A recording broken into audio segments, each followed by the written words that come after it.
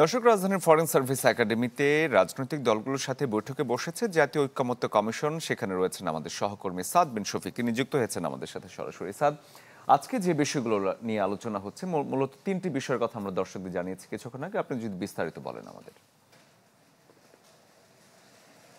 শরীফ, তিনটি বিষয়ে দর্শকরা এর মধ্যে কিন্তু জেনেছেন। তার মধ্যে প্রথম যে বিষয়টি নিয়ে আলোচনার সূচিতে আছে, অর্থাৎ সংসদীয় আসন যেটির সীমানা পুনর্নির্ধারণ, সেই বিষয়টি নিয়েই কিন্তু আজকে এখন পর্যন্ত সকালে 11টার পরপর বৈঠক শুরু হয়েছে। এখন পর্যন্ত কিন্তু ওই একই ইস্যুতে আলোচনা হচ্ছে।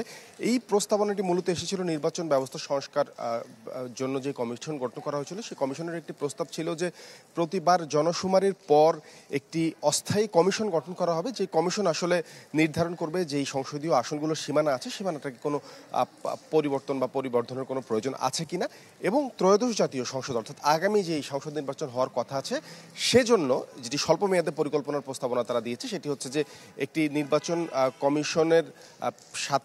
কমিশনকে সাথে নিয়ে একটি বিশেষায়িত কমিটি গঠনের কথা বলা হয়েছে, যে কমিটির সদস্যরা আসলে সীমানা পুনর্নির্ধারণের কাজ করবে। মূলত আলোচনা আজকে সকাল থেকে যতটুকু গিয়েছে আমরা জেনেছি, বিএনপি সেই প্রস্তাবটাকে পুরোপুরি সমর্থন করেনি। তারা বলতে চাচ্ছেন যে তাদের দলের পক্ষ থেকে যে যদি এটি করা হয় তাহলে আসলে নির্বাচন কমিশনের সাথে একটি কন্ট্রাডিকশন তৈরি হবে।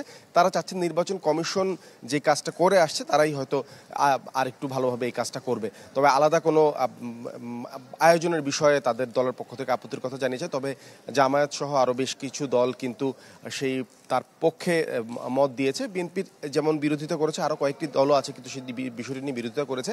তবে শেষ পর্যন্ত কোনো সিদ্ধান্তে আসা যায় কিনা এই বিষয়টি নিয়ে, এবং এছাড়াও তত্ত্বাবধায়ক সরকার এবং আরও একটি যে ইস্যুতে আজকে আলোচনার কথা আছে, সেই বিষয়গুলো নিয়ে আজকে আলোচনা গড়ায় কিনা, নাকি এই ইস্যু দিয়েই আজকে আলোচনা শেষ হবে, সেটি আসলে আজকে দিনের আলোচনা যখন শেষ হবে তখন বলা যাবে। তবে আমরা অপেক্ষা করছি মধ্যাহ্নভোজনের সময় রাজনৈতিক দলের নেতারা এসে বক্তব্য দেন এবং তাদের দলের অবস্থানটা আবার পরিষ্কার করেন। তারপর নিশ্চয়ই দর্শকদের জানিয়ে দেওয়ার চেষ্টা করব আজকের এই ইস্যু সম্পর্কে তাদের মতামত।